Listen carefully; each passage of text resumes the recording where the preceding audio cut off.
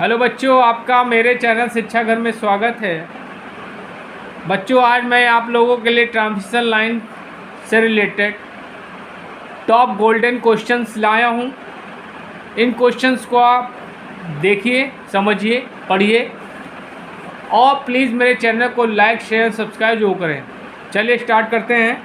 पहला क्वेश्चन है, संचरण लाइन चालक सतह पर जनित रेडियो प्रभाव वोल्टा डैश डैश द्वारा प्रभावित नहीं होती है।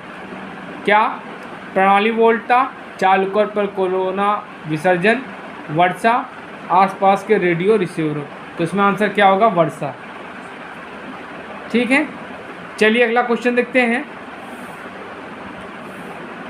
बंडल कंडक्टर्स को मुख्य रूप से EHV ट्रांसमिशन लाइनों पर किस लिए प्रयोग किया जाता है? बहुत इंपॉर्टेंट क्वेश्चन है बच्चों।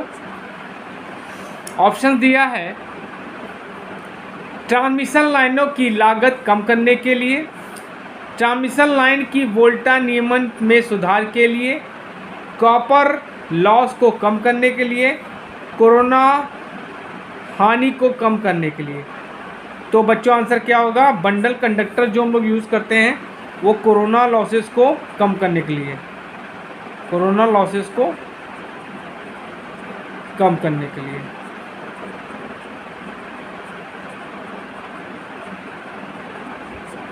बंडल कंडक्टर का प्रयोग हम लोग करते हैं। चलिए अगला क्वेश्चन देखते हैं।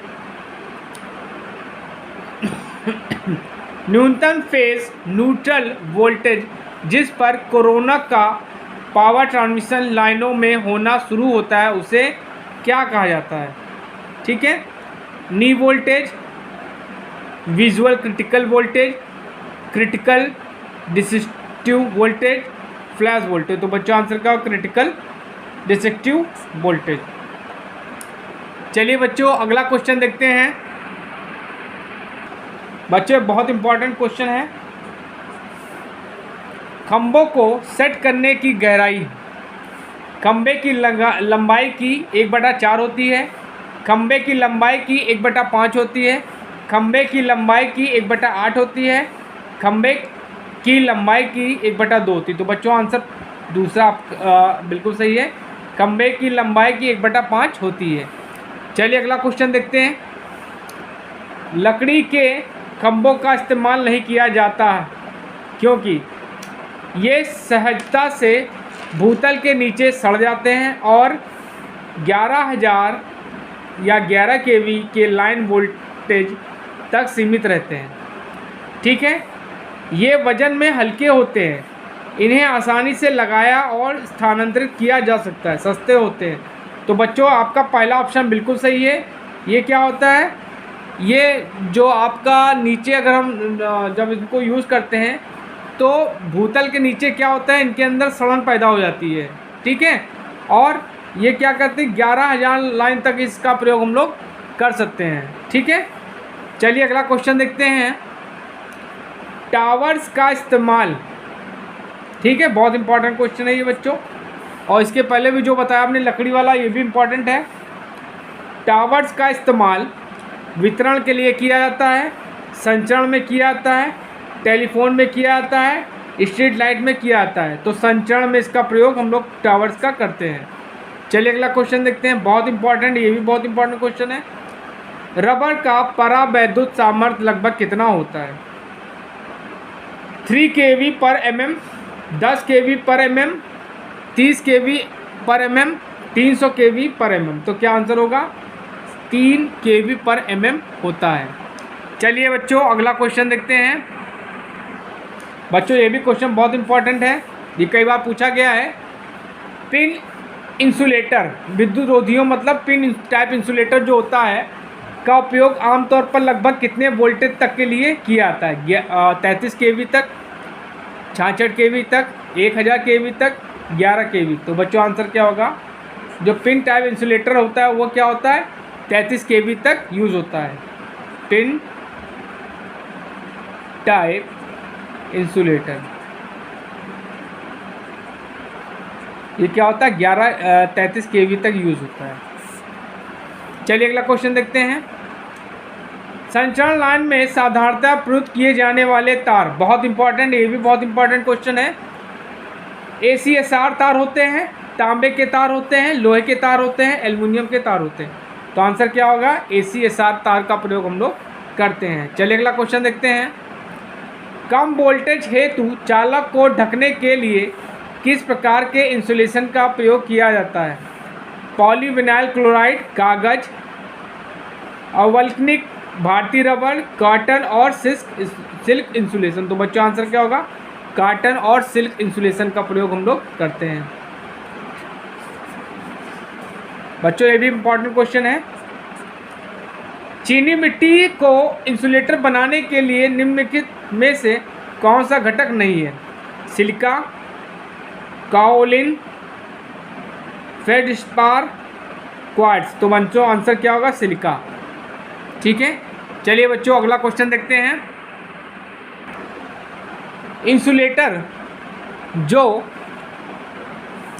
इंसुलेटर जो कम वोल्टेज वितरण लाइनों में उपयोग किए जाते हैं जिन्हें जाना जाता है? साइकिल, तनन, पिन, सस्पेंशन। तो बच्चों आंसर क्या होगा? साइकिल। चलिए अगला क्वेश्चन देखते हैं। लकड़ी के खंभों के लिए अधिकतम स्वीकृत विस्तार मीटर में कितना होता है? पहला ऑप्शन 10, 20, 30 मीटर, 75 मीटर, नन। तो बच्चों आंसर क्या होगा? नन। चलिए अगला क्वेश्चन देखते हैं। बहुत इंपॉर्टेंट क्वेश्चन है बच्चों ये। मध्यम वोल्टेज लाइन के अंतिम सिरों पर किस प्रतिरोधक का प्रयोग किया जाता है? साइकिल प्रकार का, पिन टाइप का, अंड प्रकार का, डिस्क टाइप का। तो बच्चों आंसर क्या होगा? साइकिल टाइप का प्रयोग हम लोग करते हैं। और बच्चों ये क्वेश्चन इस तरह भी आ सकता है कि लास्ट लाइन वोल्टेज लाइन की जो होती है उसके अंतिम लास्ट सिरों को मोड़ने के लिए किस साइकिल का प्रयोग करते हैं? तो वो क्या होगा? वो भी आंसर क्या होगा? साइकिल टाइप इंसुलेटर का प्रयोग करते हैं। चलिए अगला क्वेश्चन देखते हैं। बहुत इंपॉर्टेंट क्वेश्चन है बच्चों। मैं आप लोगों के लिए बच्चों इंपॉर्टेंट क्वेश्चन ही लाता हूँ।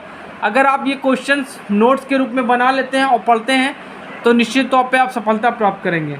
चलिए देखते हैं। पिन प्रकार का इंसुलेटर किससे बना होता है? पोर्सलेन से बना होता है, कांच से बना होता है, प्लास्टिक से बना होता है। सभी विकल्प सही हैं। तो बच्चों क्या है इसमें आंसर क्या होगा? सभी विकल्प सही हैं। चलिए अगला क्वेश्चन देखते हैं। ACSR चालकों में एल्युमिनियम और इस्पात के चालकों के बीच विद्युत रोधन होता है, वार्निश की जाती है। ठीक है, बिटुमेन किया जाता है, सिरेमिक होता है, किसी भी रोधक की आवश्यकता नहीं होती है। तो बच्चों आंसर क्या होगा? किसी भी रोधक की आवश्यकता नहीं होती। बच्चों ये क्वेश्चन देखते हैं। बहुत इंपॉर्टेंट क्वेश्चन है, कई बार पूछा गया है। ACSR का अर्थ है all copper standard reinforced conductor, aluminium conductor, steel reinforced conductor, aluminium copper steel reinforced conductor, oil copper steel reinforced conductor. तो बच्चों आंसर क्या होगा? आपका सेकंड ऑप्शन सही है, aluminium conductor steel reinforced conductor. ठीक है, चलिए अगला क्वेश्चन देखते हैं। संचारण लाइन के लिए प्रयुक्त विभिन्न प्रकार के लाइन सपोर्टों में क्या सम्मिलित होता है? बहुत इंपॉर्टेंट क्वेश्चन है। RCC और PCC के खंबे, इस्पात टावर, इस्पात के खंबे, लकड़ी के खंबे, इस्पात के खंबे, RCC और PCC खंबे और इस्पात टावर्स। तो बच्चों आंसर क्या होगा? चौथा ऑप्शन बिल्कुल सही है, इन सब का प्रयोग किया जाता है। ठीक है, चलिए अगला क्वेश्चन देखते हैं। तांबे की तुलना में एल्युमिनियम की चालकता क्या होती है? चलिए इसके ऑप्शन देखते हैं। पहला दिया है 1, दूसरा दिया है 0.7, तीसरा दिया है 0.6 और चौथा दिया है 0.5। देखिए जो आपका कॉपर होता है उसका जो कंडक्टेंस होता है ये क्या होता है 90% होता है। क्या होता है बच्चों 90% होता है। सिल्वर का 96% होता है, ये आपको पता होना चाहिए। और आपका एल्युमिनियम जो है इसका 60% होता है। तो सबसे अच्छा कंडक्टर आपका सिल्वर होता है, उसके बाद आपका कॉपर आता है, उसके बाद एल्युमिनियम आता है। तो उस हिसाब से बच्चों आपका थर्ड ऑप्शन बिल्कुल सही है। चलिए अगला क्वेश्चन देखते हैं। विद्युत रोधी प्रायः डैश डैश के बने होते हैं, कांच के बने होते हैं, ये भी इंपॉर्टेंट क्वेश्चन है बच्चों। चीनी मिट्टी के बने होते हैं, आरसीसी के बने होते हैं, कैडमियम के बने होते हैं। तो बच्चों आंसर क्या होगा, चीनी मिट्टी के बने होते हैं। चलिए अगला क्वेश्चन देखते हैं। आजकल तांबे के तारों की तुलना में एल्युमिनियम तारों का अधिक इस्तेमाल किया जाता है, क्योंकि ये बहुत अधिक मात्रा में उपलब्ध होते हैं, इनकी चालकता बहुत अधिक होती है, इनका यांत्रिक सामर्थ्य अच्छा होता है, इनकी लागत कम होती है। तो बच्चों इन चारों ऑप्शन में से ये पहला ऑप्शन बिल्कुल सही है, ये अधिक मात्रा में उपलब्ध हैं, इसीलिए हम लोग क्या करते हैं, एल्युमिनियम का आजकल प्रयोग करते हैं। चलिए अगला क्वेश्चन देखते हैं। ACSR चालक में इस्पात का उपयोग डैश डैश के लिए किया जाता है। बहुत इंपॉर्टेंट क्वेश्चन है। त्वचा प्रभाव की प्रकृति, इसको बोलते हैं स्किन इफेक्ट। निकटता प्रभाव को उदासीन करने, लाइन प्रेरकत्व को कम करने, तन्यता ताकत बढ़ाने। तो बच्चों आंसर क्या होगा, तन्यता ताकत बढ़ाने। चलिए अगला क्वेश्चन देखते हैं। भारत में उपयोग किए जाने वाले अधिकतम ट्रांसमिशन वोल्टेज स्तर क्या है? 440 kV, 765 kV, 1500 kV, 275 kV। तो बच्चों आंसर क्या होगा, 765 kV। बच्चों ये आपसे क्वेश्चन पूछ सकता है कि जनरेशन कितने kV पे किया जाता है, कितने वोल्टेज पे किया जाता है। तो आपका क्या होगा, 11,000 kV पे, 11,000 वोल्ट पे या 11 kV पे हम लोग जनरेशन करते हैं। क्यों? लॉसेस को कम करने के लिए, लॉसेस को कम करने के लिए, लेस लॉसेस करने के लिए।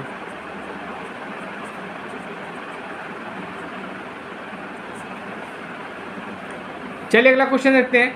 मध्यम और लंबी पारेषण लाइनों में फेरांटी प्रभाव को उदासीन करने के लिए निम्नलिखित में से किसका उपयोग किया जाता है? देखिए फेरांटी प्रभाव होता क्या है। फेरांटी प्रभाव के कारण क्या हो जाए, आउटपुट जो वोल्टेज होता है वो क्या होता है, इनपुट वोल्टेज से ज़्यादा हो जाता है।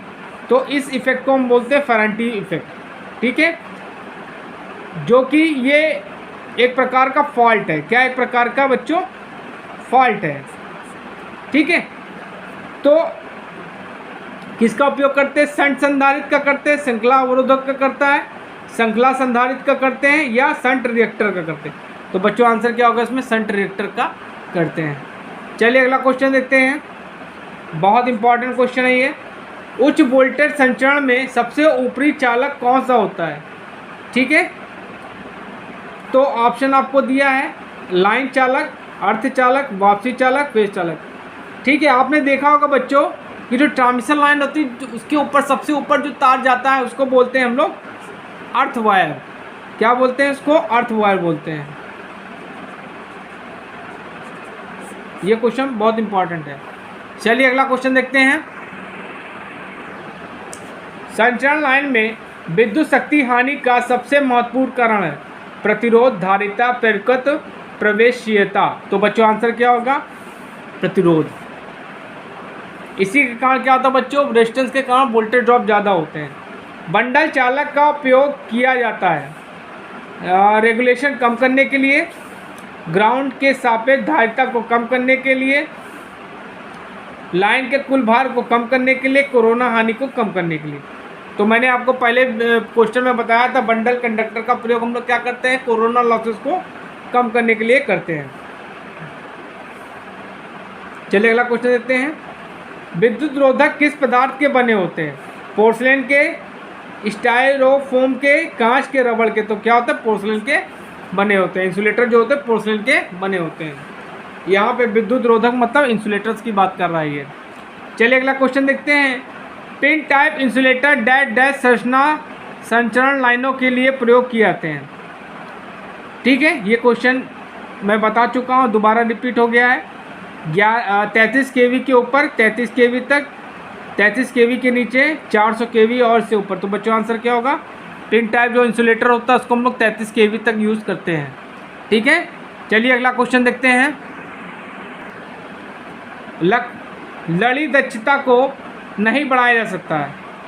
पेंट का इस्तेमाल करके, लंबी अनुप्रस्थ भुजा का इस्तेमाल करते हैं, इंसुलेटर का ग्रेडिंग करके, सुरक्षा चक्र का इस्तेमाल करके। तो बच्चों आंसर क्या होगा? पेंट का इस्तेमाल करते हैं। इनमें से किस तार से विकिरण नहीं होता है?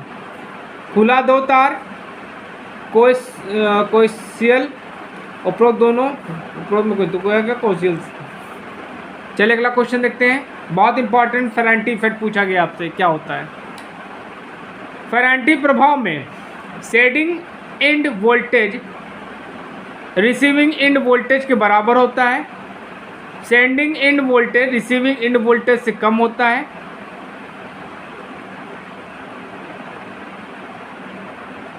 Sending end voltage receiving voltage से अधिक होता है।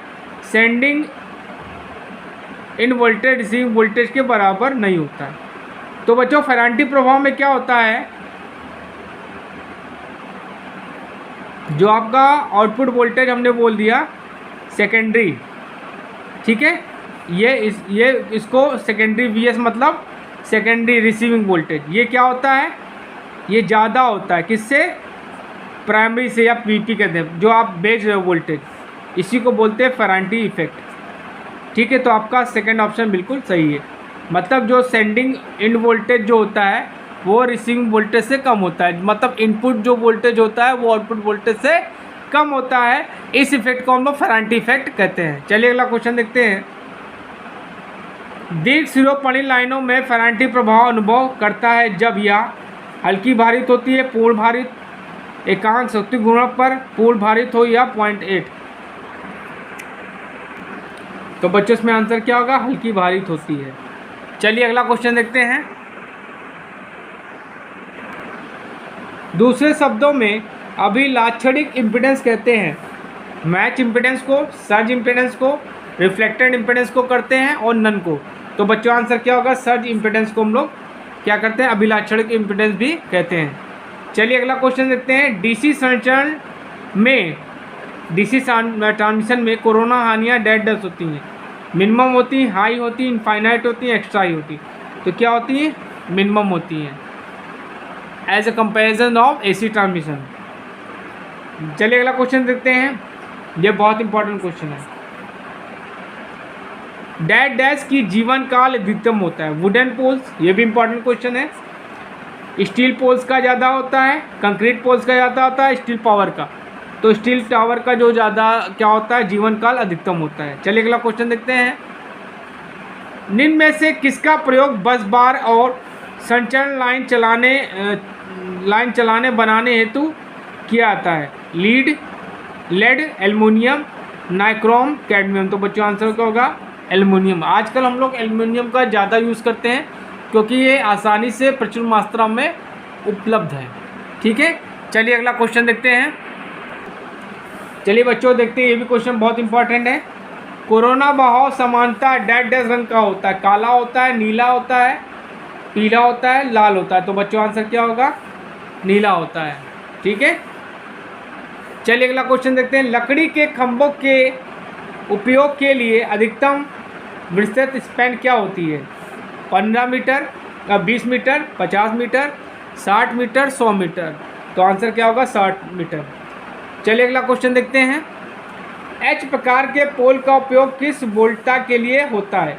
11 kV, 22 kV, 130 kV, 11 kV, all are correct, सभी सही हैं। तो बच्चों आंसर क्या होगा? 130 kV। चलिए अगला क्वेश्चन देखते हैं, लास्ट क्वेश्चन। 30 मीटर की स्टील रेल पोल्स का प्रयोग कितनी वोल्टा के ट्रांसमिशन के लिए किया जाता है? 33 kV, 11 kV, 22 kV, 33 kV और 11 kV। तो बच्चों आंसर क्या होगा? 33 kV। तो बच्चों आज मैंने आपको ट्रांसमिशन लाइन के 41 क्वेश्चंस इंपॉर्टेंट बताए हैं। जो कि आपके टॉप गोल्डन क्वेश्चंस हैं। इन क्वेश्चंस को आप देखिए, समझिए, तो और हो सके तो नोट्स बना लीजिए। और प्लीज़ मेरे चैनल को लाइक शेयर एंड सब्सक्राइब जो करिए, ज़रूर करें।